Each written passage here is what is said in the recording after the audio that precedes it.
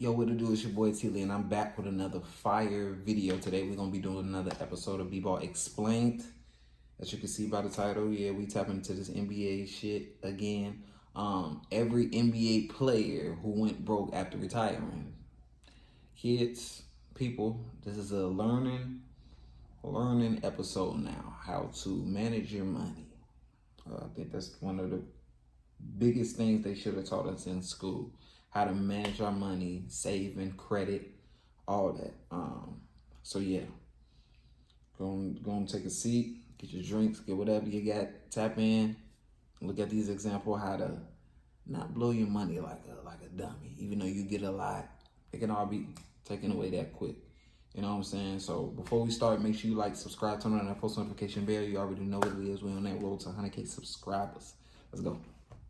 Latrell Sprewell. He started out strong after getting picked 24th in the 1992 draft by the Warriors. Came out ball. Right away, he became a starter, made all-rookie second team, and stacked up 4 All-Star appearances over the years. His peak saw him averaging over 18 points per game across more than 900 games. But his biggest headline, choking his coach in 97. That stunt cost him 68 games and over $6 million. 68 Still, he got games? his contract reinstated, Damn. which was worth more than $16 million. Then came the real turning point. In 2004, the Timberwolves offered him a 3-year deal worth $21 million. He turned it down and said he had a family to feed. That moment basically ended his career. No one signed him after the 2004 to 2005 season. After that, his finances fell apart. He lost a yacht that he defaulted over $1 million on. 2 of his homes were foreclosed, one in Milwaukee and another in Westchester County. By 2011, he owed the state of Wisconsin up to $3.5 million in taxes. His ex sued him for $200 million over promised college money. Now, his estimated net worth is about $150,000. Allen Iverson, the guy earned over $200 million in his career and still managed to go broke. Drafted first overall in 1996, he became one of the most electrifying guards ever. 11 All-Star games, an MVP in 2001, and 4 scoring titles. But off the court, that's where things fell apart. He ran with a crew of about 50 people and spent big on everyone. Cars. See, that's where you messed up at. And them same people didn't take care of you. Don't be doing that. Don't be doing that. Don't be doing that. Now, putting somebody in position so that they can make more money and they ain't got to come back to you and be all in your, you know what I'm saying, your pocket. Yeah. When you see somebody that really want to work and go out there and get it themselves, and some of them don't even want the money, they be like, hey, just, man, don't. This is why y'all learning. He owned a Maybach, a Bentley, and a Lamborghini. Spent up to $40,000 a night at clubs. Tried it, launching a clothing line that reportedly flopped hard and may have cost him around $40 million. Then the debts piled up. By 2012, he got sued by a jeweler for nearly $900,000. He told the court he didn't have enough for a cheeseburger. Things got worse. That same year, during a divorce, he filed for bankruptcy. The numbers were brutal. $62,000 a month coming in, but spending $360,000. Child support and legal costs just drained him. The only thing that saved him? Reebok. His lifetime deal pays $800,000 a year and guarantees $32 million at age 55.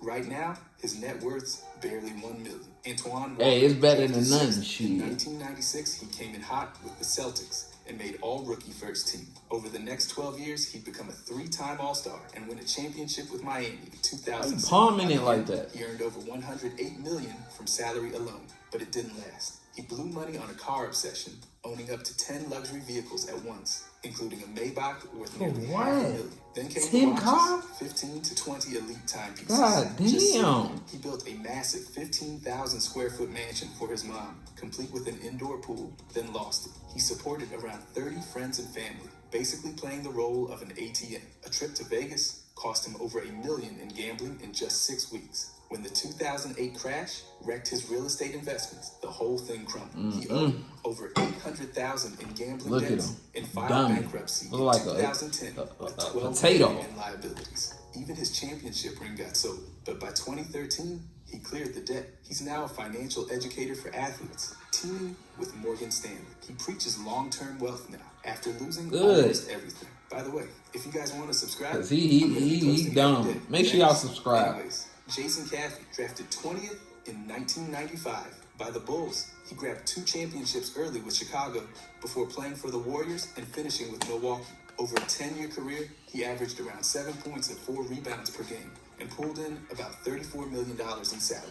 Then it all went downhill. He had 10 children with 8 women, which led to monthly child support payments stacking up like unpaid rent in a ghost town. Out there going One crazy. said he owed over $200,000 in support to just one mother. He filed for bankruptcy in 2007, listing $1.9 million in debts against only $1.15 million in assets. That bankruptcy attempt got dismissed in 2008 because of unresolved child support debt. He even faced jail time for failure to pay. His assets: a house, a sports bar, daycare centers, a Dodge Charger, and 2 NBA rings. Still, his expenses hit $15,000 a month, while income from business ventures was only around $11,000. He borrowed $50,000 from his mom just to stay afloat, but he didn't quit. He opened more businesses, battled anxiety, wrote a book, and ran for city council. That's a turnaround you don't see every day. Greg Oden, drafted first in 2007, he signed a rookie deal worth over $21 million, but a knee surgery kept him out his entire first year. He barely played over the next few seasons, starting only 66 games in total before getting waived by Portland in 2012. He signed 1-year deals with Miami and then a team in China, adding about $2 million more. Still, injuries crushed his momentum, and he missed out on what he says could have been 20. Imagine being able to build an app with your name on it, just by thinking about it. Meet Base 44. $20 million extra if he'd stuck around when the salary cap exploded. His finances took hits too. Early on, he bought luxury cars and houses for family and friends without tracking his account balance. By 2018, he was close to bankruptcy. He even admitted he didn't know how much money he had at times, just trusting other people to handle it. Now he works at Butler University as director of basketball operations and partners with a financial education firm. He teaches athletes how to manage their money the way he wishes he had. Oden's story proves wealth can fade fast if you don't take control early.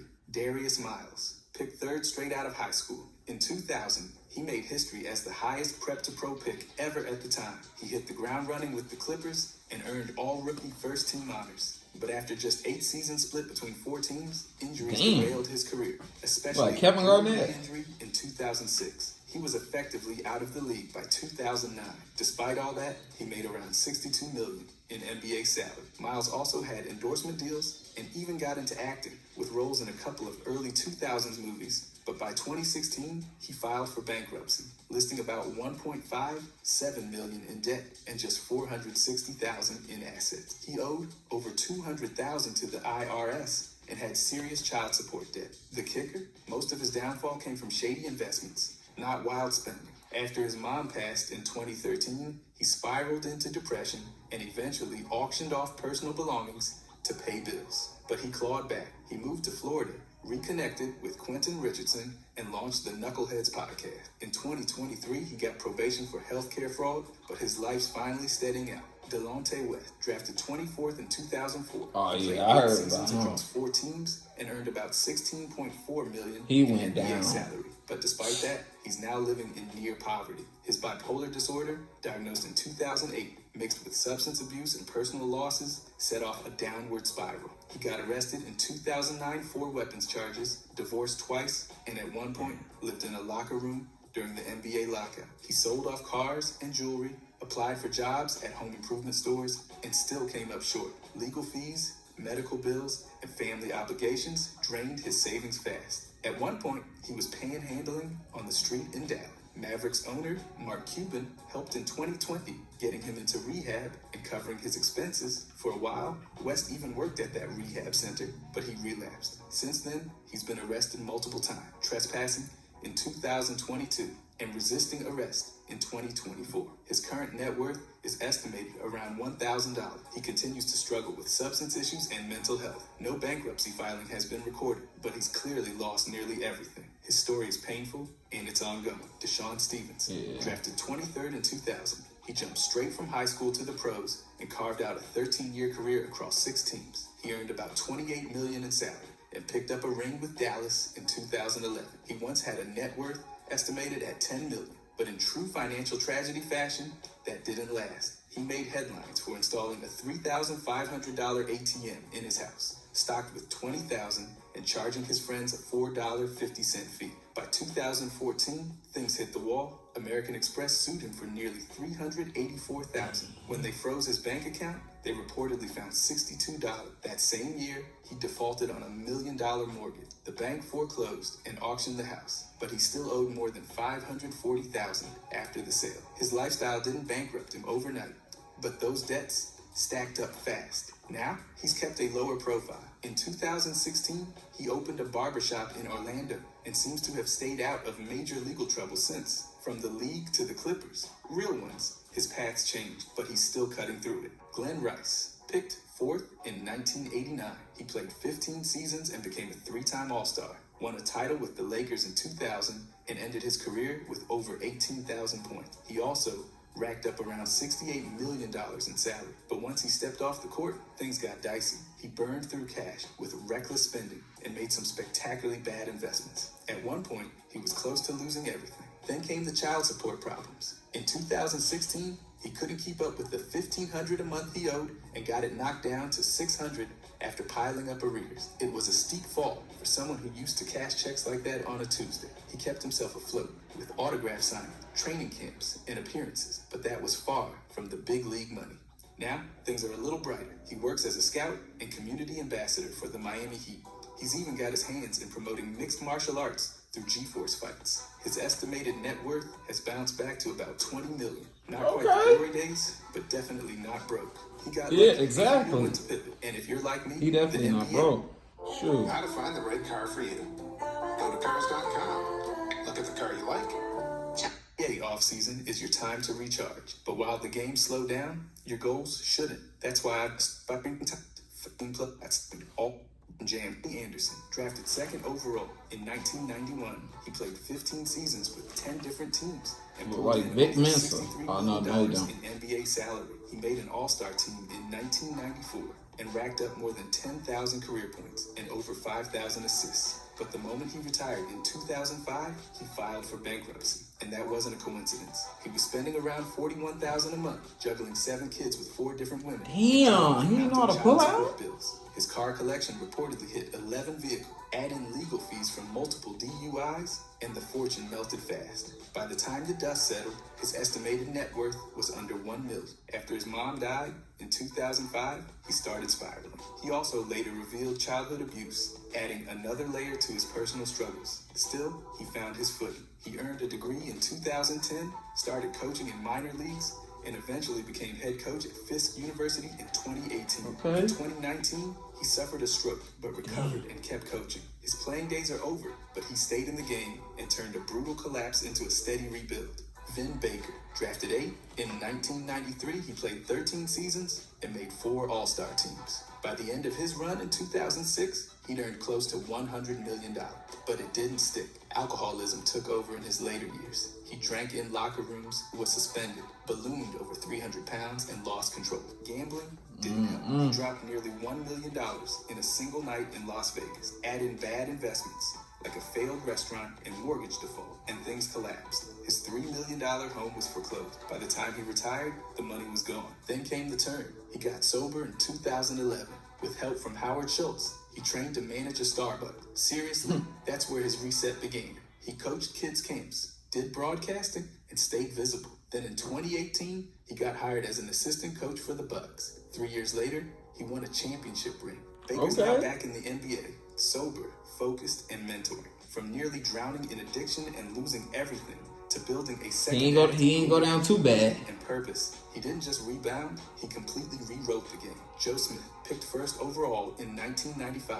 He played 16 seasons with 12 different teams, more than anyone else at the time. He scored nearly 11 points a game and pulled in over 6 rebounds. In total, he made $61 million in salary. But after taxes, agent fees, and other cuts, he says he really only saw about $18 million. Then came the fall. At one point, he had just $3,000 in the bank and was more than $157,000 in debt. He bought homes in nearly every city he played in and often sold them at a loss. The luxury cars didn't help. Corvette, Bentley, multiple Range Rovers. His divorce in 2011 cost around $3 million. Oh, I remember to dig this. Out, he joined Alex Rodriguez's financial Damn. rehab show and started turning things around. Damn. He downsized, sold off assets, and launched basketball training programs in Atlanta. He also speaks openly about the mental stress at all costs. Today, he's still coaching and mentoring players while his son plays professionally in France. He's not rich anymore, but he's stable, and he's done it by being real about the mistakes that nearly wiped him out. Larry Johnson, picked first overall in 1991, he racked up over $83 million in NBA salary through a 12-year career. He won Rookie of the Year and made 2 All-Star appearances before chronic back problems slowed him down. After moving to the Knicks, he shifted his game to stay effective. But his financial life wasn't as adaptable. He signed an $84 million extension in 1993, huge at the time. But by 2015, he was broke and filed for Chapter 7 bankruptcy. He listed around $800,000 in assets and owed roughly $300,000, including $90,000 to the IRS. He was also hit hard by child support payments for 5 kids with 4 different women. That number climbed to over $120,000. He even had to sell off his California mansion during bankruptcy. And when it ended in 2016, he had about $7,500 in the bank. At one point, an ex sued him for a dentist bill. Still, he rebounded. He rejoined the Knicks, this time in the front office. His estimated net worth now is around $500,000. And while that's nowhere near his peak, it's at least stable. Rick Mahorn. He spent over a decade in the league, made a name with the Bad Boys Pistons, and won a ring in 1989. He earned around $6.8 million total in salary. Not superstar money, but decent for his era. But by the end of 2009, it had all collapsed. He filed for Chapter 7 bankruptcy, listing about $228,000 in assets against over $518,000 in liability.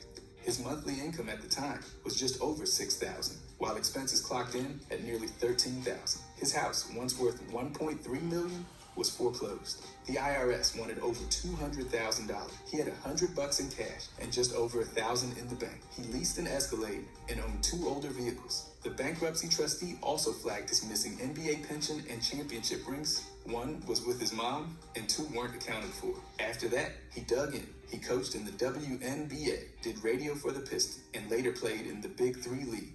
Add in a pension and media work, and he's stable now. His estimated net worth sits between $3 and $4 million. Not bad for a guy who once had just $100. True. Travis Beth, drafted 23rd overall in 1995, he played a decade in the NBA and earned about $18.2 million in salary. Adjusted for inflation, that's closer to $33.5 million. He played for 6 teams, including the Pacers, Heat, and Bulls, and finished his career overseas in 2009. But even with a solid, workmanlike career, he wasn't immune to financial disaster. He became one of several athletes defrauded by financial advisor Peggy Ann Fulford. Ooh, got his ass.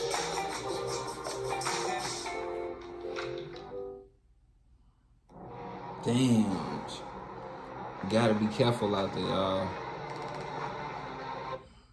She stole over $1 million from him. Damn. And in 2019, a court awarded him nearly $1.4 million in restitution. That fraud was a huge blow. Not career-ending money, but enough to make a serious dent. Despite the setback, Best never filed for bankruptcy. He's kept a low profile since then and used the court victory to recover much of the stolen money. There's no flashy post-NBA downfall here, just a cautionary tale about trust, money, and the importance of watching your back, even when you're not spending like a superstar. Best stayed out of financial collapse and managed to keep things stable. Quiet resilience beats spectacular flameouts every time.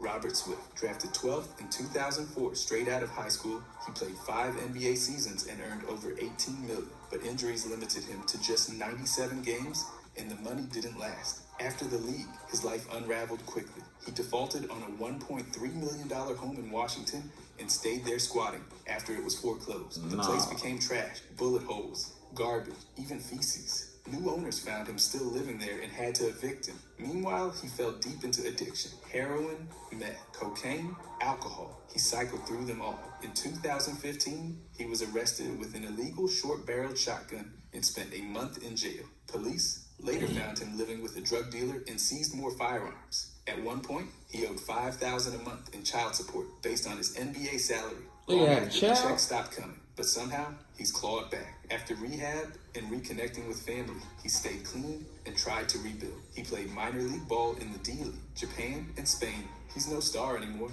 but he's alive, recovering, and working on redemption all that after a counts. total collapse. It's brutal, but it's not the end. Cliff Robinson, drafted in 1989, he played 18 seasons with 5 teams and earned about $59 million in salary. Adjusted for inflation, that's over $100 million. He made one All-Star team, won 6th Man of the Year in 1993, and became known as Uncle Cliffy. But 2 years after retiring, he filed for Chapter 7 bankruptcy. He initially listed $12 million in assets and $11 million in debt, but later filings showed $7.1 million in assets and over $12 million in liabilities. He owed taxes and lost big on real estate. His Oregon mansion, once worth over $1 million, got foreclosed. Ooh, that's that and one auctioned. itch. At the time of filing, he had $100 in cash and just over $1,000 in the bank. Even his championship rings and pension were flagged by the trustee. If you Some gotta couldn't like. be accounted for. He bounced around post-retirement, WNBA coaching, radio work, Big 3 league appearances, and even a spot on Survivor. He also launched a cannabis brand, hoping to rebuild income. Then came health issues, a stroke in 2017, a jaw tumor in 2018, and lymphoma that ultimately took his life in 2020. Cliff's story is tragic, but also a warning. Big earnings don't guarantee security. Rest in peace, Cliff Robinson. David Harrison, drafted 29th overall. In 2004, he played 4 seasons for the Pacers, made about $4.4 million in salary, and somehow ended up working at McDonald's by 2013. His average game line, 5 points and 3 rebounds, didn't exactly make him a household name, but you'd still think $4 million could last longer than a Netflix subscription. He got suspended in 2008 for marijuana use, apparently enjoying a toke more than team meetings. Earlier, he'd been involved in the malice at the Palace Brawl, which earned him community service and some legal slap on the wrist. After his NBA run, he bounced through China and the G League. Eventually, the money dried up. He lost his house, his car, and took that job flipping burgers. But, and here's where he veers from the cliche, he pivoted. Harrison became a financial advisor at Morgan Stanley. Then he co-founded Token Hi-Fi, a digital asset banking platform for cannabis businesses. That's right, former weed suspension guy now builds fintech for legal weed operation. Poetic, he's also spoken openly about mental health and addiction struggle, and now uses that mess as a map to build something better. No yachts or comeback games here, just someone clawing back with brains instead of buckets. Ray Williams, 10 seasons in the NBA, over 10,000 career points, averaged 15.5 points per game, and still ended up living in a broken down Buick in Florida. I think that's fiction, but welcome to the cautionary tale that is real life pro athlete finance. He earned around $2 million in salary, not billionaire level, but still enough to avoid being homeless, theoretically. Except he spent most of it supporting his mom, his wife, his daughters, his siblings, and probably anyone who made eye contact. Then came 2 bankruptcy filings. He also took a lump sum payout of $200,000 from his NBA pension and promptly lost all of it in a Florida real estate scam. So much for Sonny retired. By 2010, he was living out of his car, scraping by on odd jobs and fishing to eat. Fortunately, Larry Bird and Kevin McHale, yes, actual good guys, helped him return to Mount Vernon with a city job in Parks and Recreation. He got married again and tried to rebuild, but life wasn't done. He was diagnosed with colon cancer and passed away in 2013 at age 58. His story is heartbreaking. Talented, generous, but tragically unprepared for life after the game. A sad story overall with Ray Williams. Sidney Moncrief, his run in the league, brought him around $7 million between 1979 and 1991. But the real trouble started after the final buzzer. He tried turning that NBA spotlight into a car dealership empire across Arkansas and Oklahoma. Sounds smart, until lawsuits and unpaid wages started piling up in the early 2000s. By 2004, he was on the hook for over $80,000 in back wages alone, and legal claims were already breaking 6 figures. Then it got messier. The Oklahoma Department of Labor made things official, and his finances nosedived from there. In November of 2005, Sidney and his wife filed for Chapter 7 bankruptcy in Texas. Their assets barely crossed $130,000, while debt hit $1,190,000. Almost $800,000 of that came straight from the failing dealership operation. Creditors including I gotta watch where y'all put y'all money. IRS, What y'all put y'all money into? Mavericks, and even What you invest in? That's right. He owed a newspaper. What kind of financial path leads there? The same one where your post-career plan crumbles and your car business takes you down with. He eventually moved on, doing speaking gigs and coaching. But that hit was serious. Eric Strickland. He brought in around $13 million over 9 seasons in the NBA. But one real estate mistake in Georgia nearly blew a huge chunk of it. The deal came from a friend of a friend, which sounds sketchy already, but Strickland decided to trust the referral. His father, a retired Air Force lieutenant colonel and acting business manager, looked over the paperwork, and they went through with the purchase. The land was hyped up as a gold mine, allegedly worth up to $3 million. Strickland bought it for $1,800,000, thinking he was scoring a deal. Look, But that yeah, he was valuation, like, total big. fiction. The actual worth was way below Show what ass he out paid, here. and the so-called deal turned into a disaster. It wasn't just the money. The emotional fallout was real too. That friend connection turned sour, and it wrecked the trust Strickland had in those close to him. That kind of loss hurts more than just your wallet. Even with a family member doing the paperwork, this shows how fast things can fall apart when you let your guard down. Strickland had to eat that financial punch, and the sting came with a personal cost that no appraisal could have warned him about. Randy Brown. He spent 12 seasons in the league, pulled in over $15 million, and won 3 titles with Chicago. But the victory laps ended fast. After hanging it up in 2003, he threw himself into restaurant and real estate investments. Spoiler alert, they didn't pan out. Those ventures collapsed, and by late 2007 or early 2008, he was filing Chapter 7 bankruptcy. He reported about $1 million in debt, covering everything from unpaid rent to IRS bills. The fallout got so bad that his 3 championship rings from the Bulls dynasty run had to be auctioned off. They were appraised at $40,000, but ended up selling for between $54,000 and $59,000. That kind of personal loss hits hard. You don't just lose money, you lose milestone. But Brown didn't stay down. By 2009, the Bulls brought him back into the fold, first as director of player development. By 2013, he was assistant general manager.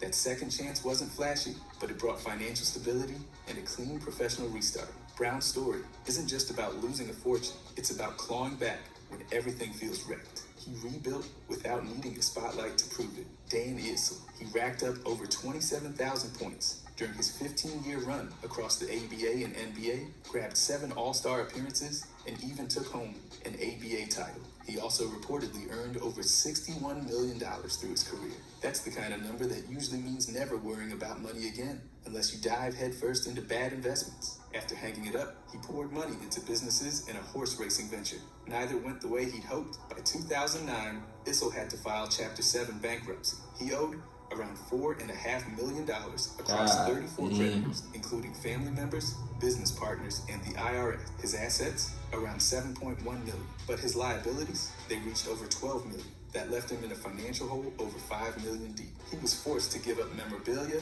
some collectibles, and even part of his pension. But he didn't just vanish.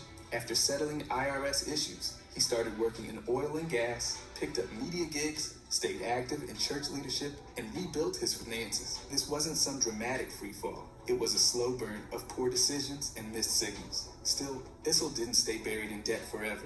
Mookie Blaylock, he played 13 seasons in the NBA, scored nearly 12,000 points, that guy next to him look 6,006, crazy. and made over $31 million. Nah, that guy next to him look crazy. And at first glance, in the other picture, he look like Michael Jordan. I ain't even gonna lie. Dollars in salary. No lie. Adjusted for today, that's about $61 million. But it didn't stick. His career took a sharp turn thanks to addiction and bad decisions that followed him long after Like the Ja final Rule.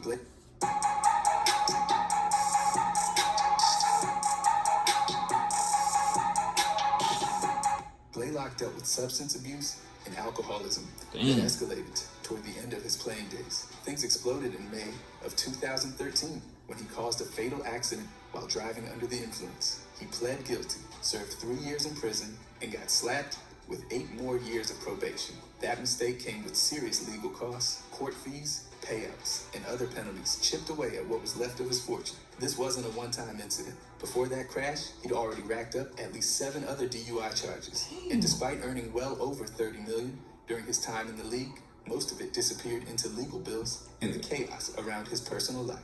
Blaylock didn't end up bankrupt, but his net worth today sits much lower than it once was. A steep fall for someone who had everything. What is it? His story is a clear picture of how fast it can all unravel. Chris Washburn picked 3rd overall in the 1986 draft. Discombobulated. But that high draft slot didn't translate to a long NBA career. He played only 72 games over 2 seasons, averaged just over 3 points per game, and was banned from the league in 1989 after failing 3 drug tests. In that short span, he made about $1 million $250,000, and it vanished fast. By 1991, he filed for bankruptcy. Cocaine addiction wrecked both his game and his finances. Yeah, that's why he looked And not like long that. after, Okay. he was homeless in Houston. He lived on the streets, dug through dumpsters, slept in crack houses, and eventually landed in prison on drug charges. But in 2000, he got clean. He stayed that way. He opened a fried Boy, chicken Gucci restaurant Man. back in Hickory in 2011, Gucci Man? though it didn't last long. He later worked in mortgage collections and helped people experiencing homelessness. These days, he runs CW Enterprises, TAC, doing motivational speaking and youth outreach, plus local shuttle and go-kart services. He's been sober me for tell you, over Sonny, 4 years now. it ain't Before he easy out there disappeared, but looking he found at a way it. to rebuild a life built on purpose instead of points per game. Eric Williams, drafted 14th overall in 1995. He played Yeah, he was 12 seasons hard-headed. in the league, Eric bouncing around Williams to 7 was different hard-headed. teams Look at him. and racking up close to $40 million in salary. Adjusted He for was today, hard-headed. that's nearly $70 million. But all that money didn't come with a guarantee. What'd he do? By 2007, he filed for Chapter 7 bankruptcy, listing $1.9 million in debts. A big part of that came from unpaid child support. He owed over $24,000 and couldn't even afford a lawyer. That's not an exaggeration. He publicly claimed he was homeless by 2014. He even appeared on TMZ, not for courtside drama, but because of how far things had fallen. He later showed up in ESPN's Broke series, admitting he'd lost every bit of his NBA earnings. This wasn't about reckless luxury spending. It was about failing to manage obligations, Oh, he was married. missing payments, Damn. and not setting up a safety net. One of the biggest lessons from his story is how fast it can unravel, even with millions in the bank. Eric Williams didn't just lose money, he lost footing. And despite 12 years in the league, his post-career life became a warning. Boy, Not a victory. Ocho Cinco. Derek Coleman, first overall pick in 1990, played 15 seasons and stacked up nearly $90 million in salary. He averaged 16.5 points and over 9 rebounds a game, with totals north of 12,000 points and 7,000 rebounds. That's a rock-solid career on paper, but the money didn't last. In 2010, Coleman filed for Chapter 7 bankruptcy. Damn, all these His Chapter debts were 7. listed around I don't want to $4.7 never billion, ever in my life. I while would his never assets ever barely be on reached Chapter $1 7. million. That included a Bentley convertible, fur coats, jewelry, and real estate, including I'm homes for learning. himself and his mother. The core problem? Detroit. Coleman invested heavily in real estate during a time when the city's economy was in free fall. He was trying to help, revitalizing neighborhoods and opening businesses, but the recession crushed the project. Coleman's Corner was one of the biggest flops, and he also had money tied up in restaurant franchises and retail that folded. Even after liquidation, he was able to keep his NBA pension, bringing in about $90,000 a year. Since then, he's focused on rebuilding. He went back to Syracuse to finish his degree, got involved in clean water. Alright, well, I'm glad he got his shit together. But this is an example of how to manage your money. You know what I'm saying? The right way. You know, yeah. Hopefully y'all took something from this. You know what I'm saying? I appreciate y'all for watching. You know what I'm saying? Make sure y'all like, subscribe, turn on that post notification bell. We're on that road to 100K subscribers, man. And I'm out of here.